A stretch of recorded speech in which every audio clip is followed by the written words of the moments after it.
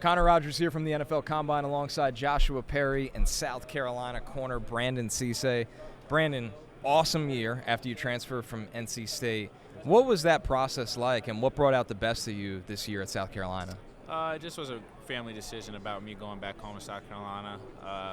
It was the best opportunity for me to develop as a person and as a player. Had a really great coaching staff that invested a lot of time in me, and they kind of helped me become a lot better as a player, and I can't thank them enough for that. Yeah, you know, Connor mentioned it. You just mentioned it. Saw on tape how you got better. I think some people would say that there's still a lot of potential left in there. So how are you addressing that with NFL teams when you sit down and talk with them? I'm nowhere near close to my ceiling, so that's the scary part about it. And, you know, when you combine the athletic tools of the things I'm still going to polish up technique-wise, I'm still going to polish up a little bit of things I need to tackle better, I feel like, in space and playing the back shoulder ball. But, you know, one thing about me is I'm excited to work to get to that point. You know, I'm not nowhere near close to that, and I'm excited. I know I can still take it to a whole nother level. So we've gotten to meet a lot of different corners today. You're one of the bigger guys we've had. How do you use your size on the boundary to kind of match up with these wide receivers? You gotta, great length and being able to get your hands on guys early, but also being very smart when you're playing in the boundary. You got to know the targets. You know, it's a lot shorter throws, so the ball's coming at you a lot more. So, when you can use your size and speed and things like that to your advantage, that's when you get a good chance to make a lot of plays on the ball. You know, I've been asking guys about their preparation as they try to get to the field for Saturdays, eventually Sundays when you get to the NFL. Take me through a typical game week and how you prepare the mental side of the game. I'll be honest. If I tell you every single detail, we'll probably be here all day. But we could do some version of it. Yeah, the Reader's Digest night, version. Watching the next opponent, and then I'm taking obviously the hot cut-ups of the receivers, the targets. Watching how they look versus press man first, and they're off man in the zone. Then Monday, I come in that morning, I still watch that, and I combine that with first, second down when we're off, trying to watch first, second down, and then I come back in the next day. First, second down again that morning, then we go practice. And when we practice, I'm already anticipating the things I've written down in my notes. So what I want to get and what I'm expecting. And then I go back that night, watch the practice right after that, because practice is uploaded usually between 5-10 minutes.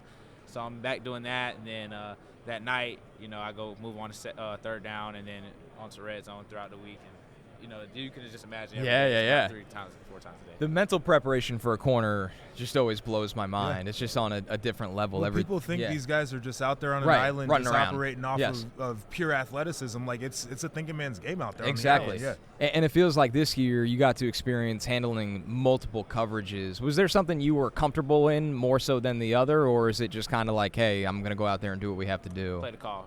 Yeah. That's the defensive coordinator's job to make the call, and it's my job to go out there and execute it. What pro players do you like to watch, or do you model your game after any? Probably Stephon Gilmore, J.C. Horn, Champ Bailey is my favorite of all time. Yes. So Trent McDuffie, Devin Witherspoon, because their versatility. Yeah. So it just really depends. I got about Gonzo. It's about 100 corners that I probably have cut-ups on. I watch and pattern reads and things like that. You seem pretty fixated on routine. This routine's different, though. Like it's not really about football anymore. In a way it is, but the athletic testing, the technique. What has your day-to-day been like right now?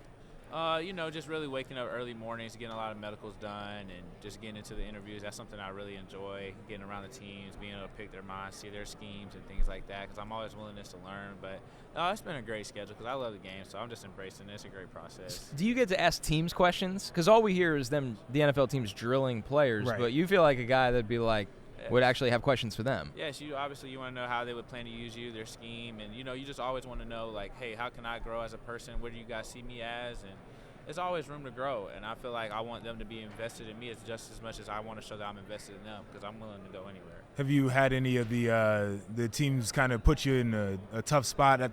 For example, when I was here, be a guy in the front of the room asking you a question. Then there'd be a guy in the back of the room asking you a different question while you're answering the first question, right? They ask you crazy stuff sometimes. Like, have you run into any of that in your meetings? Yes, I have, but they're all good. Yeah. They're all fun. They're just trying to, pick your brain and see how fast you react to things. things. They want to see what you're made of, for sure. And that's fine. So I embrace it. Are you a talker on the field? I play with a little bit of swag. Yeah, okay. It's like quiet swag. I'm actually like, it's a little intimidating. Anybody like, who you're says, out there, yeah. I play with a little bit of swag. They play with a lot of swag. Yes. I don't need to show it. What do you get to do away from the game?